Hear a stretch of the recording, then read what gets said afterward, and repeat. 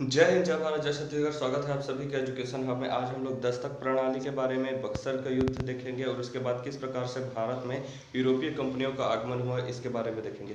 देखिए, दस्तक प्रणाली जो है यह एक शाही फरमान था, मतलब एक लेटर था, एक आदेश था, राजा के द्वारा निकाला गया। इसके द्वारा जो है कर में छूट मिलती थी और जिस अंग्रेज के पास यह जो होता था दस्तक, उसके हिसाब से उसे बंगाल के एरिया में, बंगाल के क्षेत्र में कर में छूट दी जाती थी। देखिए, पहले जो बंगाल था उसमें बांग्लादेश, पश्चिम बंगाल, बिहार, झारखंड और उड़ीसा ये सब थे। ठीक है, पूरा ये संयुक्त रूप से बंगाल या गौड़ का प्रदेश था। उस पूरे क्षेत्र में कर में छूट मिलती थी। अंग्रेजों ने इसका लेकिन दुरुपयोग करना शुरू कर दिया। हरामी थे स्वभाव से ही। ठीक है, तो मीर कासिम ने तंग आकर इस दस्तक प्रणाली को ही पूरी तरह से समाप्त कर दिया।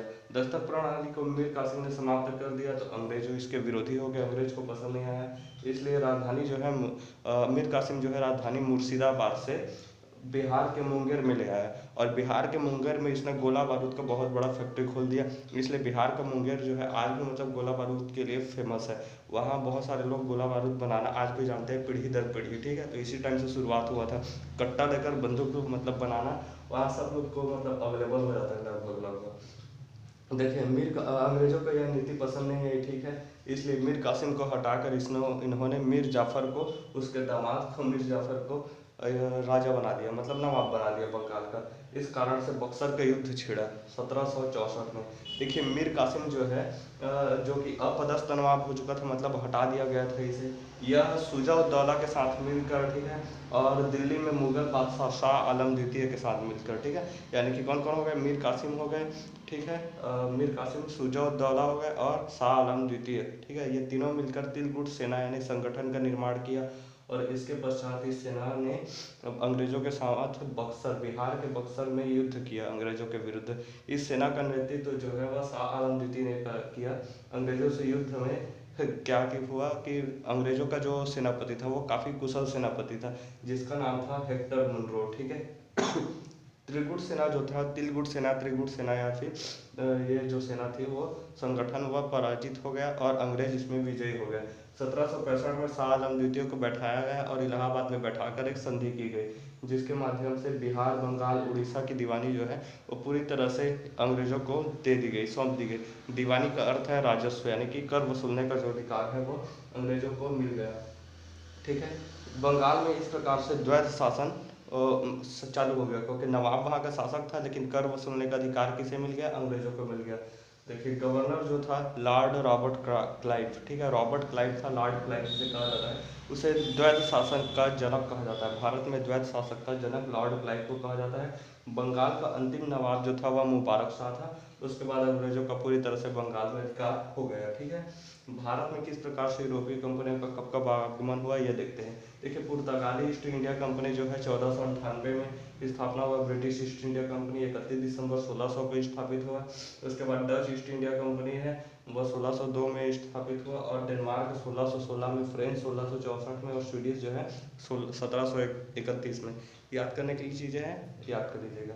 लेकिन अब शुरू से देखते हैं। पुर्तगाली ईस्ट इंडिया कंपनी, देखिए सबसे पहले जो भारत आया था, भारत की खोज के नाम से जाना जाता है, लेकिन भारत की खोज नहीं हुई थी। समुद्री मार्ग से भारत पहुंचने के लिए समुद्री मार्ग की खोज हुई थी। वो 1498 में 17 मई के दिन किसने, पुर्तगाली नाविक ने किया था, जो कि वास्को डी गामा था। ठीक है, पुर्तगाली नाविक वास्को डी गामा 1498 17 मई को आया था। वह कलिकट बंदरगाह में आया था। वहाँ के जो शासक थे जमोरिन, उसने उसका भव्य स्वागत किया। भिखारी लोग बसते बुझाते मुस्लिम शासकों से बचते हुए आए थे, इसलिए समुद्री मार्ग से आए थे, क्योंकि जो भारत आने के लिए यूरोप से रास्ता है अगर जमीन के रास्ते से, तो उन्हें अरब कंट्री से आना पड़ता था, लेकिन अरब वाले तो मार काट वाले थे, इसलिए समुद्र मार्ग की खोज की इसने। और जैसे ही भारत पहुंचा, इसका भव्य स्वागत किया गया, हार वार पहनाया गया, मस्त खिलाया गया इसको, इडली डोसा सांभर, ठीक है, और बहुत सारे मसाले से इसके जहाज को पैक कर दिया गया। ठीक है, इसके जहाज को पूरी तरह से मसालों से भर दिया गया और कुछ और मसाले इसने स्वयं भी खरीदे। ठीक है, और जब यह यूरोप वापस लौटा तो इस मसालों को यूरोप में भेजा, क्योंकि यूरोप जो है वो ठंडा प्रदेश है, तो वहाँ मसालों का ज़्यादा प्रयोग किया जाता है गर्मी के लिए। ठीक है, तो 60 गुना ज़्यादा मतलब अधिक मुनाफा मिला। 1 रुपये की चीज़ के 60 रुपये में बेचा ये, ठीक है, इस प्रकार से। तो 60 गुना अधिक इसको मुनाफा हुआ। वहाँ जाकर ये बात इसने सबको बताया। 1502 में फिर से आया, ठीक है, और फिर से आकर इसने व्यापार किया, बहुत सारे मसाले ले गए। और इतने में क्या था, 1498 से लेकर 1502 तक पूरी तरह से यूरोप में भी ये बात धीरे धीरे फैल रही थी, ठीक है। तो 1503 में जो है पुर्तगालियों ने कोच्चि का किला जो है वह जीत लिया 1503 में। और उसके बाद 1505 में फ्रांसिस डी अल्मोडा नामक व्यक्ति आया, जिसे गवर्नर बना दिया गया, ठीक है, गवर्नर नियुक्त कर दिया गया। इसने नौसेना को मजबूत करने के लिए ब्लू वाटर पॉलिसी ने अपनाया, ठीक है, ब्लू वाटर पॉलिसी। वास्तविक रूप से यह जो है अपने पद को ठीक से संभाल नहीं पाया।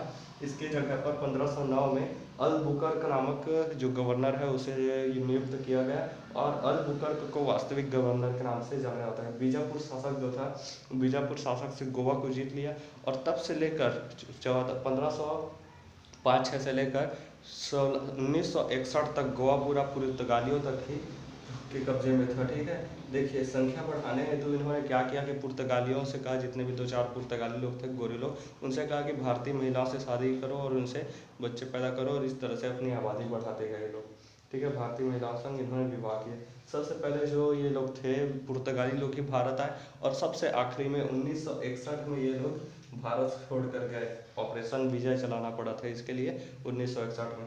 इन्होंने तंबाकू की खेती सर्वप्रथम की थी भारत में, और आलू लेकर आए थे अपने साथ, यानी कि आलू की खेती की थी, ठीक है, सर्वप्रथम।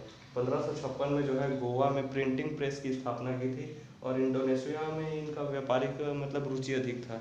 भारत में रहते थे लेकिन इंडोनेशिया में ज़्यादा व्यापारिक रुचि था इनका।